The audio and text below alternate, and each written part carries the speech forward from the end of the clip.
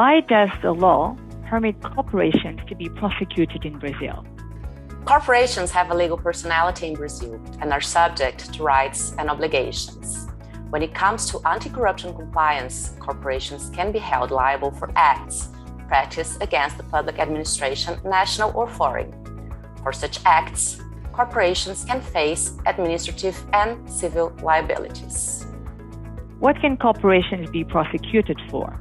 Or in other words, is there criminal liability for corporations or just civil liability? Companies can be subject to administrative and civil liabilities for acts of corruption against the public administration, bid rigging, anti-competitive measures, civil and administrative infractions in general.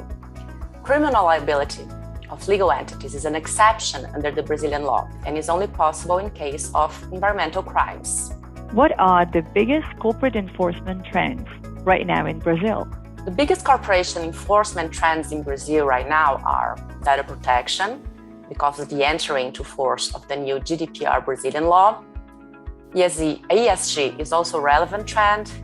Enforcement against corruption remains relevant, and incentives to whistleblowing are also a trend because of a new law that was issued in 2019. What can corporations do to minimize the risk of prosecution?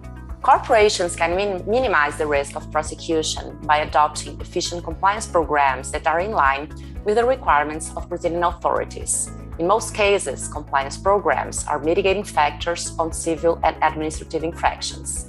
By enforcing such compliance programs through training, internal controls, and remediation measures, by making an adequate risk assessment of the business and creating adequate checks and balances and levels of protection, and of course by adopting a good corporate governance and having adequate internal and external resources to rely on.